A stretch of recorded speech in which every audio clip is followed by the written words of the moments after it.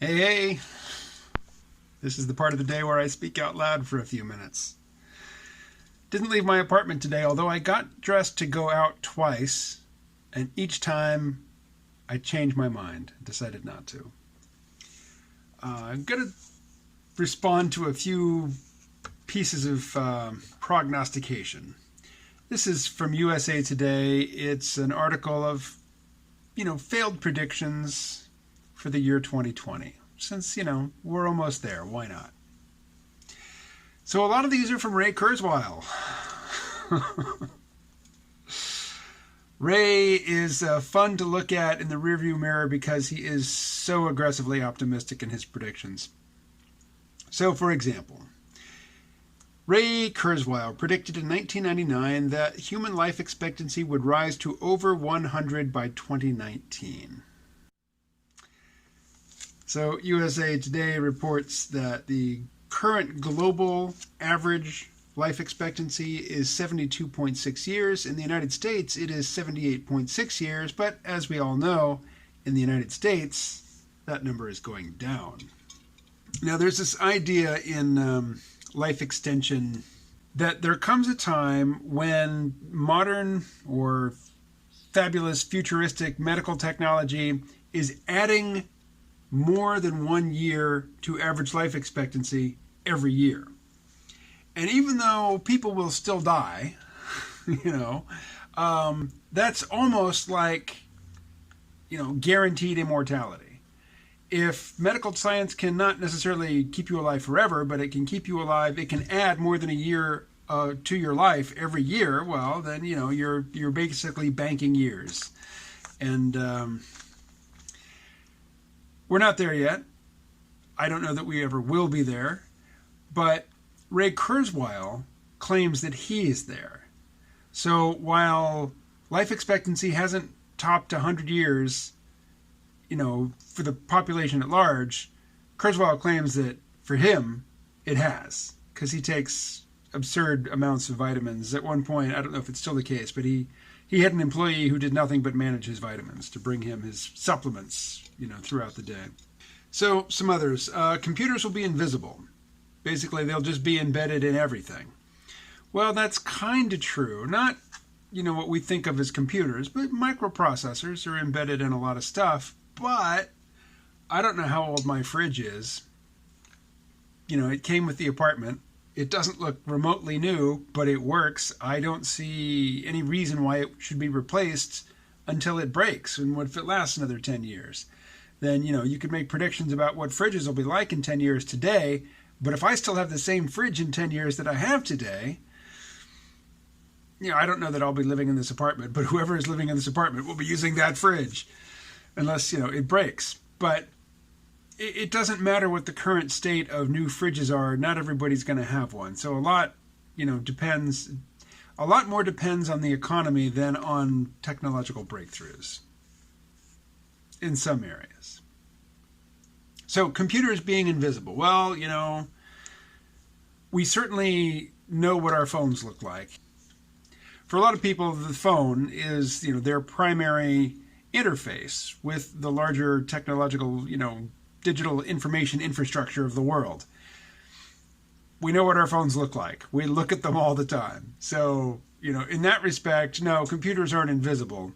We still have a focus for our attention. It's a device that we manipulate with our hands, sometimes with our voices, but it's not this disembodied presence which just sort of follows us around in all of the computers which are too small to see and too cheap to notice.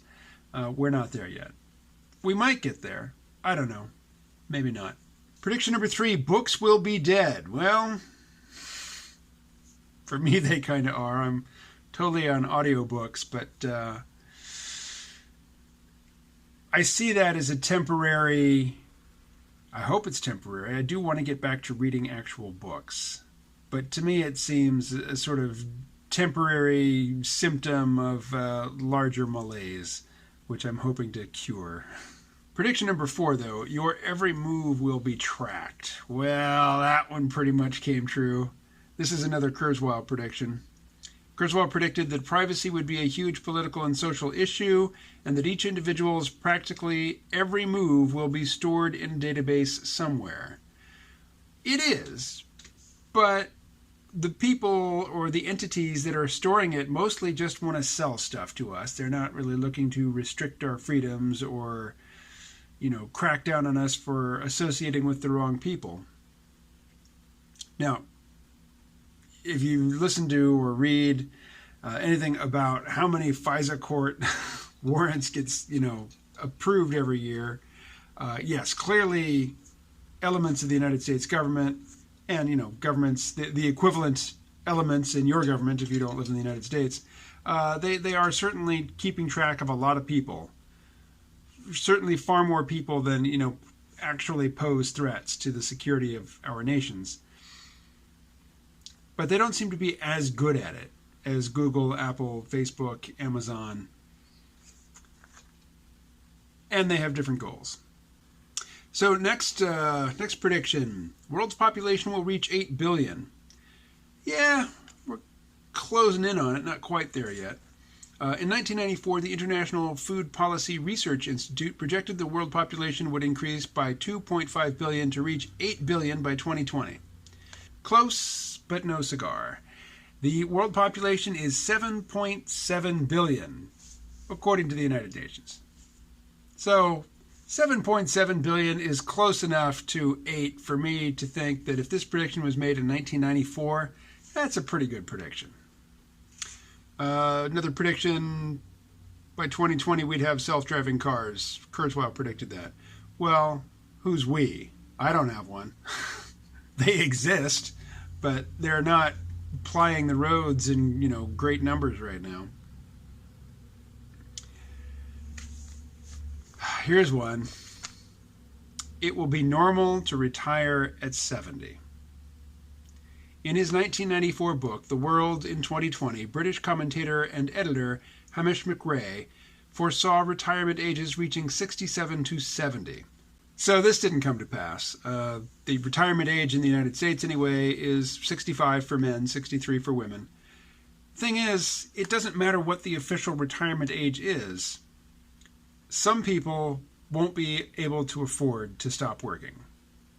And, the slice of the population that is captured in that, that description, some people, seems to be growing. Will it continue to grow? If it stays as it is or continues to grow, the idea of a retirement age is silly. Yeah, maybe some companies will force their employees out the door at a particular age, but for more and more people, just because you start collecting Social Security doesn't mean that you have enough to live on. Yay, freedom dividend. A couple of authors, Schwartz and Layden, they have been the authors of several pieces that this USA Today article has referenced, and I haven't mentioned their names, and I haven't been hitting every single prediction. But these two guys, Schwartz and Layden, they predicted that by 2010, hydrogen would be processed in refinery-like plants and loaded onto cars that can go thousands of miles and many months before refueling. So we'd all be driving around in hydrogen fuel cell cars that go months between refueling. Yeah, we took a very different path into the future than that. So I'm skipping a bunch of these, but I will put a link to this article in the description below the video. So I'm just picking the ones that interest me. Number 15, humans will set foot on Mars. A 1996 report by the Space Studies Board of the National Research Council said that NASA would launch possible human exploratory missions to the Moon and Mars within the next quarter century, predicting that humans would land on Mars by 2018.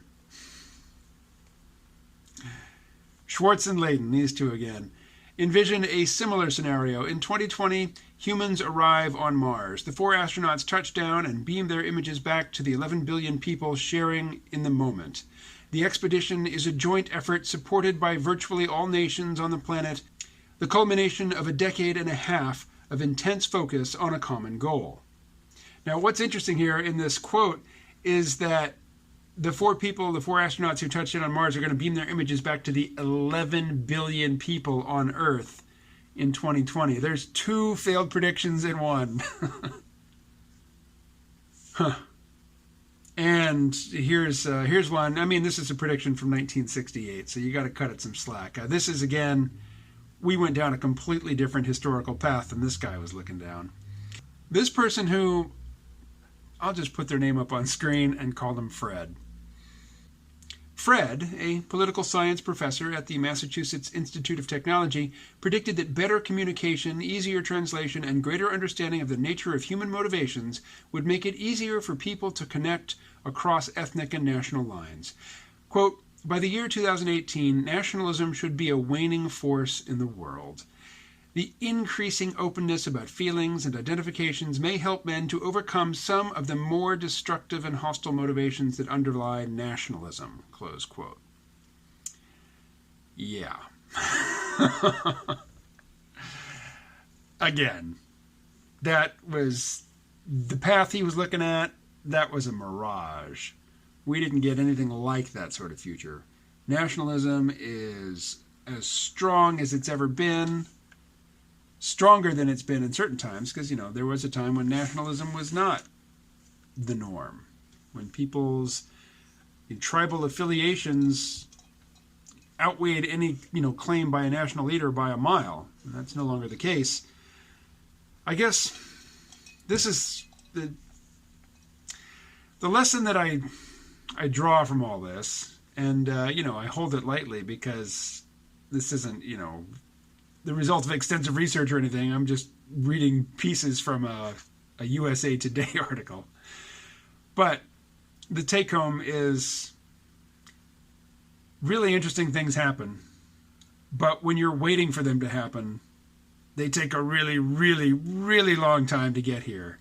Whereas if you're just open to being pleasantly surprised by stuff and you don't really have a fixed image in your mind of what that stuff is going to be, well, there's all kinds of stuff that's fun to think about and enjoy and learn more about. But if you have a very specific desire for the future, chances are it's going to take much longer to arrive than you thought it would, and when it gets here, you'll be disappointed. One, it'll just seem normal, and two, it won't be nearly as good as what you'd been predicting, at least not at first, and it'll just be kind of a letdown. So don't be too specific in your wishes. I know that totally goes against The Secret and creative visualization, which says, get the image crystal clear in your mind, focus on it, and then let the universe manifest it for you. If that's your jam, go to it, but I have nothing for you. My advice is the exact opposite. Don't get too fixated on a specific form. That's a topic for a whole nother video. It's too late in this video to really go down that road. I'll talk to you more tomorrow.